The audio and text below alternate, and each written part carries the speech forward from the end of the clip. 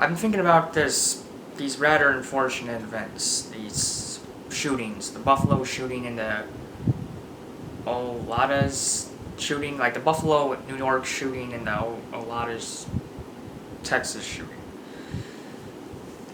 And I've been thinking, it's, it, I've been thinking about what the bottom line is for dealing with this kind of shit. It's not gun control, it's not about the guns, it's not about gun owners, it's not about video games, like the Pierre of the internet tried to blame stuff on. Heck, it may not even be about mental health. Here's what it's about. It's about one thing and one thing only. Self-preservation. That's what it's about. Well, that's the bottom line. I mean, okay, you may have some nuances here and there of other stuff, but the bottom line is self-preservation. Can I protect myself right here, right now? That's what it's about. You know, I mean, people could go on and on about we should ban these guns, this amount of ammo, this magazine capacity, what type of ammo you have, so on and so forth. That's stupid. It doesn't matter. What matters is, do I have the tools to defend myself and others? Do I have those tools, you know? Because, you know, having a gun is way more valuable than having a law. I mean, you know, a gun is more valuable than any cop or scribbles on a piece of paper done by a politician, or even a cop to, like, enforce that unjust scribbles of gun control done by a politician. You know, a gun in the hand means, hey, if someone's shooting people up, I can shoot them back. You know, that's what a gun means. It's way more proactive, way more immediate, way more useful than a law. You know, a law is just, oh, you have to do this, otherwise you go to jail. You know, that's all a law is. It's what is and what isn't allowed. It's not what is and what is right. It's not what is and what is practical. It's not what is and what is effective. All law inherently is what is and what isn't allowed. And laws aren't very valuable in terms of protection. You know, what protects people isn't the punishment given to criminals after they do what they do. What protects people is guns, gun use, self-defensive gun use. That's what protects people. You know, I hear all these people on YouTube clamoring for the death penalty. Like, what good is that gonna do? The guy already killed people. The guy in Buffalo, New York already killed people, and the guy in Odysee, Texas is dead now due to police killing him. But even if he were alive, too, like the other guy, what good does that do given the death penalty? He already killed people. I'm not saying just leave him off the hook, but to act like the death penalty is more than it really does is disingenuous and pathetic. You know, I mean, yeah, you can kill people for doing bad stuff. You could even give them medieval torture for doing bad stuff. But in the end, that's not really helping society. When I hear people say, oh, the death penalty deters these heinous acts, no, it doesn't. People are still willing to do sick shit despite the fact they can get sick shit in return. I mean, people are willing to do the worst people are willing to do the worst acts despite the fact that they can get the worst in return. I mean, look at child molesters. They're willing to touch kids or even rape kids, despite the fact that in jail they get punished really hard, not by the guards, but by the prisoners. Well, the guards can punish them too, but whether within protocol or not. But the prisoners especially tend to punish these people because they really hate people that touch kids or rape kids even. So, despite all this nasty stuff you can get in prison for touching kids, they still touch kids. Okay, maybe a bit of tangent, but what I'm trying to say is punishment doesn't keep society safe. Armed self-defense does. That's what's going to keep people safe. You can kill the criminal after he's killed people, or you can kill the criminal during when he's trying to kill people to stop him from killing people or to stop him from killing more people. That's what you can do. I mean, it's not about, oh, we give them medieval torture or the death penalty or life in prison afterwards. No, that's not what it's about. That's not what really saves people. What saves people is being able to kill the criminal right here, right now. You know why? Because they're doing the damage right here, right now. So we gotta stop them right here, right now. If they're shooting people up, we gotta shoot them up. It's not about punishment, it's about protection, it's about self-preservation, self-defense. You know, I mean, it's so much more proactive to use deadly force against a killer, a spree shooter, an attacker, a mugger, a burglar, whatever, a violent criminal, than to just clean up the mess after they do what they do and punish them. You know, I mean, yeah, you can give a spree shooter death penalty. Yeah, okay, well, you already killed these people. You could have saved them if you had some armed self-defense setup. But okay, we didn't have that, so this is the best we can do, and it simply sucks. You know, I mean, death penalty is the best you can do. Is kill someone after they killed all these people rather than just killing them to stop them from killing all these people. Yeah, I mean, it's, you gotta really, look, obviously, all these shootings in particular are pretty bad. In a way, they're the same like any other shooting. You're gonna hear the same talking points.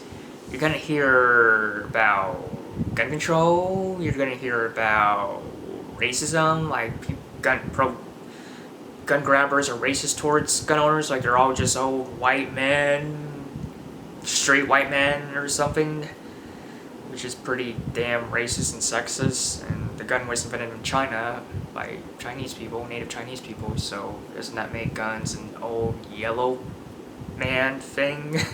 I mean, these racist gun grabbers don't even know their history. So, but anyways, you know, you're gonna hear about gun control, racism, mental health, which could somewhat be legitimate, but I don't think that's the main thing to focus on. And you know, it's not gonna go anywhere except for, actually will, with more gun control, which sucks, because that just endangers people. You see, the thing about gun control is the killers knew about it, you know? I mean, the Buffalo shooting guy, I'm not at the computer right now, so I can't access the computer right now, so I can't really get the lowdown on that guy. I even forgot his name. So, I mean, but anyways, he knew Buffalo, New York was a heavy gun control city, and it is. I researched it. You can't have magazines more than 10 rounds, but he was able to get magazines more than 10 rounds, okay? I mean, it said he modified some magazines, or modified the guns to take some magazines that held 30 rounds, instead of 30 rounds or 10 rounds. I'm not quite sure what that means exactly. If I had to take a guess, I'm thinking he took some pinned magazines, which are magazines that were originally 30 round, but had a bolt put in it, like a rivet or bolt, whatever, put into it, so the magazine gets stuck, the follower gets stuck. If it tries to go past 10 rounds, it gets stuck at 10 rounds. You know, to make the magazine hold 30 rounds or full capacity, the follower has to be able to go from the top to the bottom. When a pin mag makes it so the follower only goes like 1/3 of the way. It makes the follower stuck. So, I'm thinking he got some pin magazines and unpinned them. So now he can hold 30 rounds. So now he can shoot people 30 rounds. Okay, so there goes your high capacity magazine law, you know. Didn't work. You know, I mean, you can just get the magazines out of state or even modify some pin mags. However he did. And yeah, they like to argue that gun control people like to argue that, oh, well, gun control will stop at least some criminals from getting guns and the ammo and doing nasty stuff. Well, not really. And even if it does, a lot of criminals are still getting these guns and still doing this killing, or at least intimidation with guns. guns, brandishing a gun, mugging someone, robbing someone, what have you. So can you really call a policy worth it if it stops little to no one and all these people still get by and do what they do with their guns unjustly to people? I mean, it's not worth it. It's not worth enacting gun control if it isn't even going to work effectively for that reason alone. So, here's what I want people to really take away from this. I want people to advocate for self-defense more. Not just guns, but, not just in a firearm kind of sense, but in just kind of like a pure necessity, pragmatic kind of sense. Like, a gun isn't just, a tool where you can't dodge the bullets, you can't dodge its attack, its ammo. You can dodge a fist, you can dodge a knife, but you can't dodge a gun. You can't dodge a bullet. It's readily usable and force and all that. Yeah, it's not just that. It's active protection. It's protection right in your hand, right at your fingertips, literally at your fingertips. So instead of maybe telling people about guns as like a Second Amendment right and against government tyranny, maybe pro-gun people should be teaching about guns in a more proactive, pragmatic, right here, right now method of self-defense. Yeah, I agree with the Second Amendment, and I believe you should be able to own whatever weapon you want. Though that isn't really working on the anti-gun crowd. They still think you need to ban certain guns or even all guns and ammunition and magazine limits and micro-stamped ammunition and universal background checks, even though people already have those. It's called the NICS system, the NICS.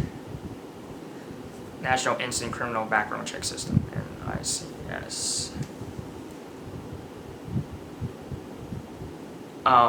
So that's the universal background check system because all states of all licensed dealers have to conduct that check on people who buy their guns.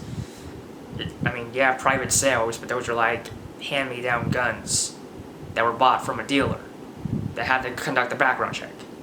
You can buy brand new guns from a dealer and then have a private sale with them, but still, it's a gun that had to go through a dealer, which means it had to go through a background check to even get it to a private sale. So, universal background checks are pretty watertight. Everyone has to take them to buy firearms, one way or another, somewhere down the line. So,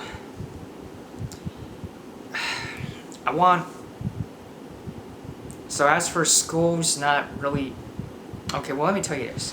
What's really frustrating about the shootings is the cops or 911 dispatch, EMS, whatever, acted really incompetently. Like, with the Buffalo, New York shooting, people, called 911 earlier, and when they started to deploy the cops, I heard the 911 operator hung up on them or something. And as for what's even more disturbing, as for the Odysee, Texas shooting, the cops surrounded the building, but they didn't go in right away, which is like, what? Also, it's a form of deja vu because this is what happened with the Columbine shooting. Columbine shooting back in, I think Aurora, Colorado, was when two high schoolers, Eric Harris and Dylan Klebold, they went in with some guns. They shot at least 10 of their classmates and a teacher dead, and then they shot themselves dead. Well, for that shooting, the cops didn't come in right away. They came, of course, but they didn't come in right away. They surrounded the building, but there's no going after criminals, let's get them right here, right now. The criminals are in the building right now doing their sick shit, so we gotta get them right now. Well, they didn't do that. And a lot of lives were lost as a result of that. Well, it's the same thing with this shooting. Cops didn't go in right away. Guy took a lot more lives than he should have been able to. And not only is this disturbing, this is really odd because after Columbine, cops supposedly modified their protocol so that if a shooting happens, they go in right away. They surround the place, and they not only surround the place, they go in right away because the shooter's in right here right now. You gotta go in right here, right now. Okay? Basic common sense. And I don't get why that is the way, why that happened, but it happened, and also some cops are kind of sick, and they're arresting parents for trying to just run in themselves and get their kids, which is sick. I mean, they're already having their kids shot up, and you arrest them and restrain them from going in the building that you're too incompetent to go in, from rescuing your kids. That sucks. That sucks. And I think it goes to show the government isn't to be relied upon for protection. You know, even though cops, you know, in a roundabout way with the law, are supposed to go after shooters. I mean, yeah, they have no real obligation to protect the person in particular. They're not bodyguards, but they are supposed to enforce the law, and the law says you can't just go shoot people up. So, yeah, even though cops have that form of their protocol and their duties, you can't rely on them, because look what these cops did. So, what I say is this: if a school isn't willing to protect its students from even school shootings, let alone bullying, just take your kid out of that school. I mean, there's like no other way around it. If, you know, fuck truancy laws. If they're not willing to keep your kids safe, if they're not willing to have armed teachers or armed campus police or, you know, even armed security guards, if they're not willing to have any of that shit, then don't bother with that school. Take your kid out. You know, your kid deserves to be safe. Children deserve to be safe, especially. And if the school ain't doing shit to protect themselves with guns in turn to shoot a guy with a gun, basic common sense, then they don't deserve your kids' attendance. I mean, I'm sorry, but they don't. You know, fuck truancy laws. You know, I'd rather be judged by, I don't know, I guess it kind of goes into that, I'd rather be judged by 12 and carried out by 6 or something. You know, it's like, I'd rather my kid and I get in trouble for, you know, disobeying a truancy law and having them carried out in a body bag. Okay, that's a bit grim, but let's be honest, that's what happens.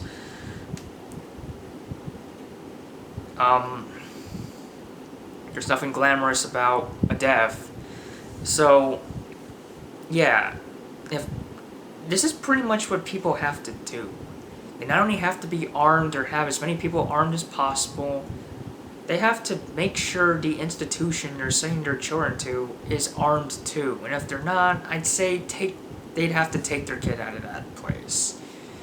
I mean, is a place really worth going to if it's not safe, if it's not protecting its people? I mean, I'd say no.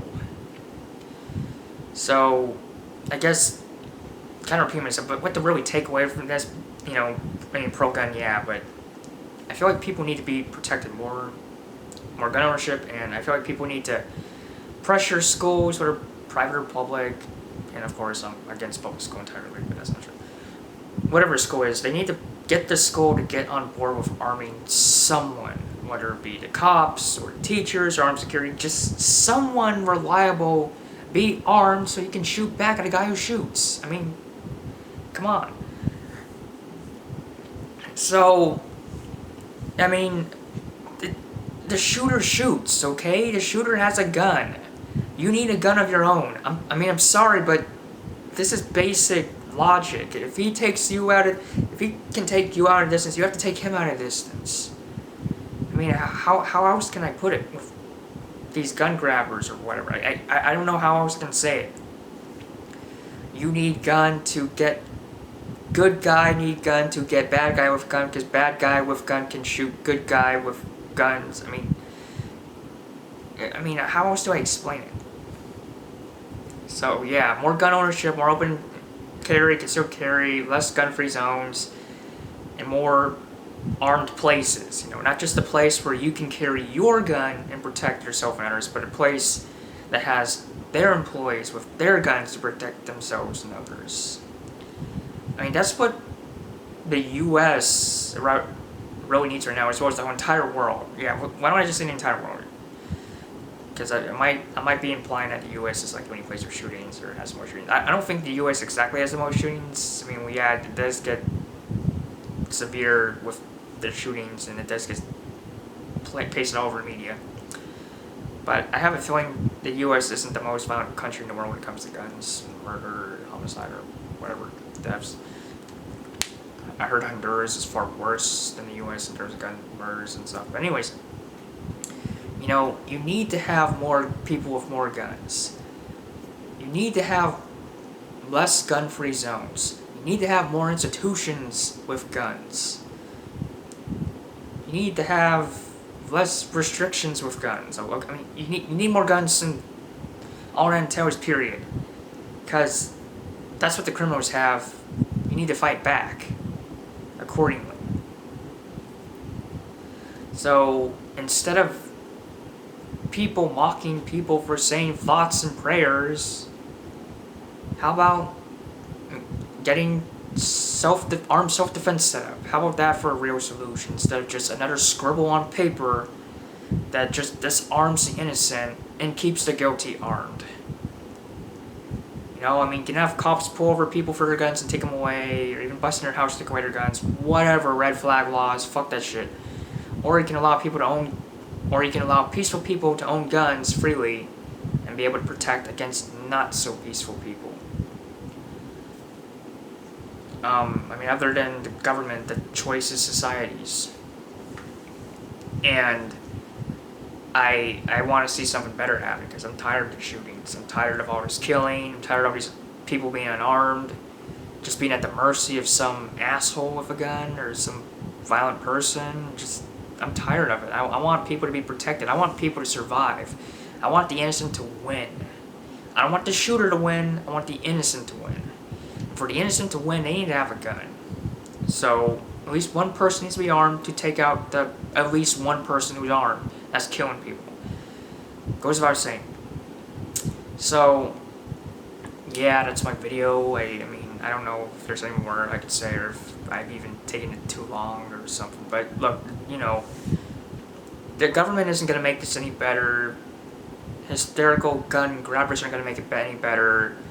You know, nobody's going to make it any better but armed, reliable people. That's what's going to make things better.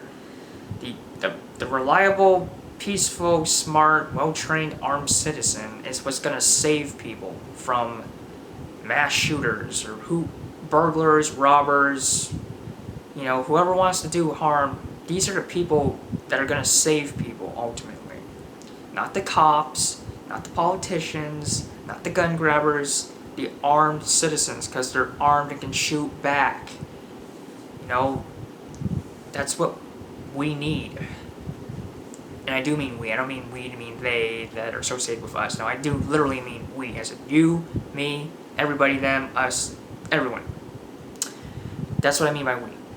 So, yeah, if I forgot anything I had planned for this video, I apologize. It's just that there's so much to cover, and I gotta cover it so well, so I guess this is it. If I have more to say, I might put in the description, I might make a part 2, whatever. I have this at least to say, at least. I don't think people should be mocked for thoughts and prayers. Like, that's any everything. It's not about that, okay? They're showing concern for a fellow human being. Why mock people for that? I know thoughts and prayers aren't adequate to solving the problem, but it at least shows that people care, and it doesn't necessarily mean you're going to just stop at thoughts and prayers, okay? There are plenty of pro-gun people that have offered thoughts and prayers and want pro-gun implementations. Okay? They don't just go thoughts and prayers. They want implementations of guns to protect people, which is the right way to go. So, yeah, that's what I have to say so far. I'm really sad about the shooting. I'm sorry it happened. I mean, I know I'm not like crying right now, but, you know, I'm sad. We got all this stuff going on, and I think a lot of it could have been prevented with gun ownership and use and utilization, you know, that kind of thing. I'm sorry guys, but hey, we can fix this. I mean, we can prevent it. We can stop more shootings from happening. By having armed people be prepared. That's the only way it's gonna work. Alright. Bye.